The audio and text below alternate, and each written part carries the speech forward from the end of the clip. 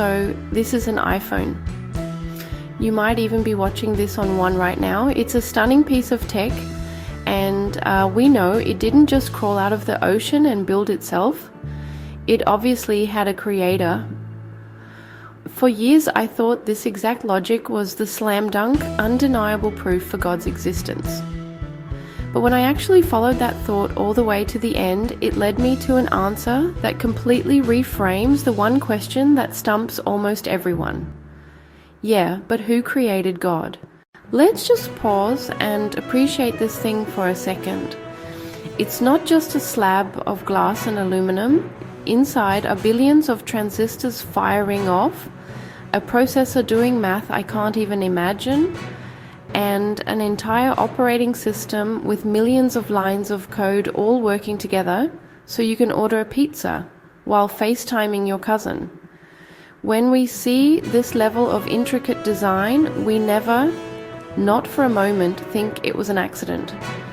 Nobody believes that lightning hit a beach, scrambled up some minerals, and poof, a working iPhone. That sounds insane.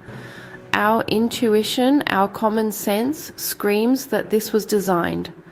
It took teams of brilliant engineers and programmers. That's not a guess, it's the only conclusion that makes sense. Okay, so phone equals phone maker. We're all on board. Now let's scale that idea up, way up.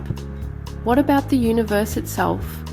Our ability to even exist and ask these questions depends on a ridiculously delicate balance of cosmic laws that were baked in from the very first moment of existence. Physicists call it the fine-tuning of the universe. The fundamental forces like gravity and the expansion rate of space are set so perfectly that if you nudged any of them by a hair's breadth and an impossibly small fraction, the whole thing would fall apart. No stars, no planets, no life. The odds of all these conditions just happening by chance are so astronomically low, it makes winning the lottery every day for a year seem like a sure thing. Just like the iPhone, the universe screams design and order, just on an infinitely grander scale.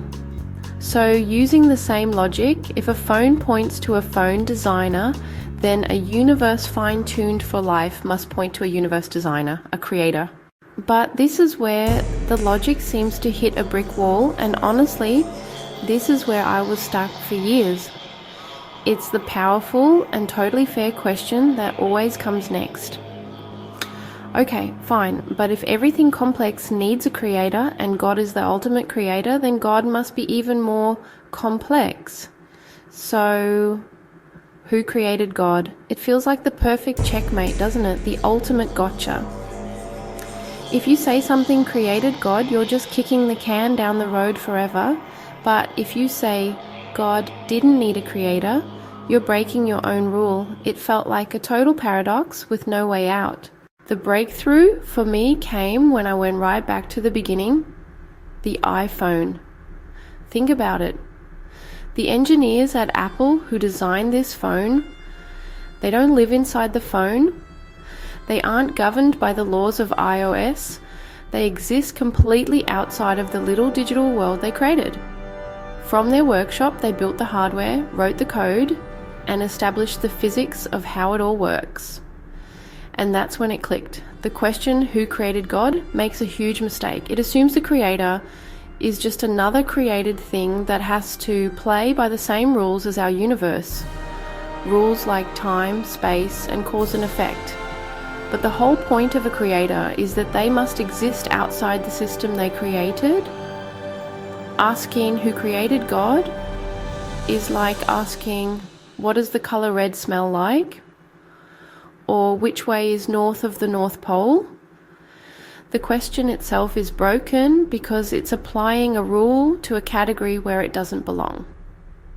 The law of cause and effect applies to things that begin to exist in time, but whatever created time itself can't be trapped inside it. So the logic doesn't point to an endless chain of creators.